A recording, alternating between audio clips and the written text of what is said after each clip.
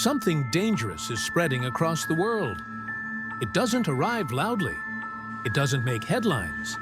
It doesn't knock on your door. But it's already here. And in the next few years, it will erase millions of careers with surgical precision.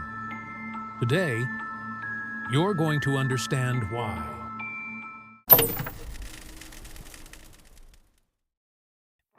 Every major technology revolution has replaced a type of worker. Machines replaced physical labor. Computers replaced repetitive tasks. But this time, something different is happening. This new wave isn't targeting muscle. It's targeting human intelligence itself. The threat has a name: generative cognitive automation. Sounds complicated, but the effect is simple.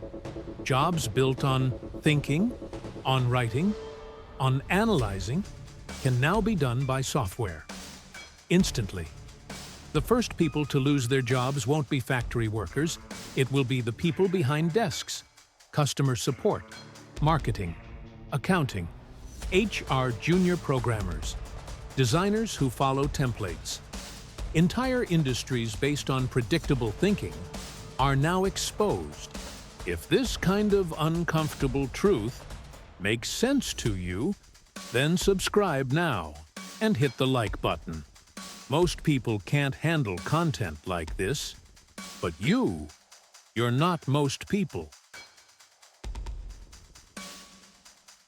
Unlike humans, AI learns at impossible speed. It doesn't get tired. It doesn't get distracted. It doesn't forget. And the most terrifying part, it upgrades while you sleep.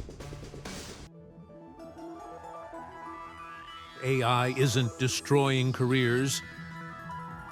It's destroying careers of people who refuse to adapt. For everyone else, it's opening the biggest opportunity spike in modern history.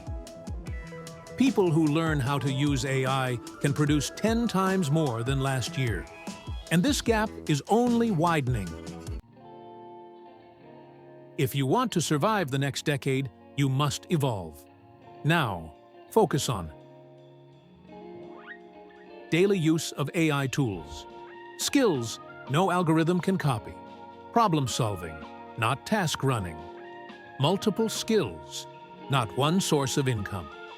The people who thrive will be the ones who control AI, not compete with it. This technology is changing everything. It will destroy careers, but it can also build new lives.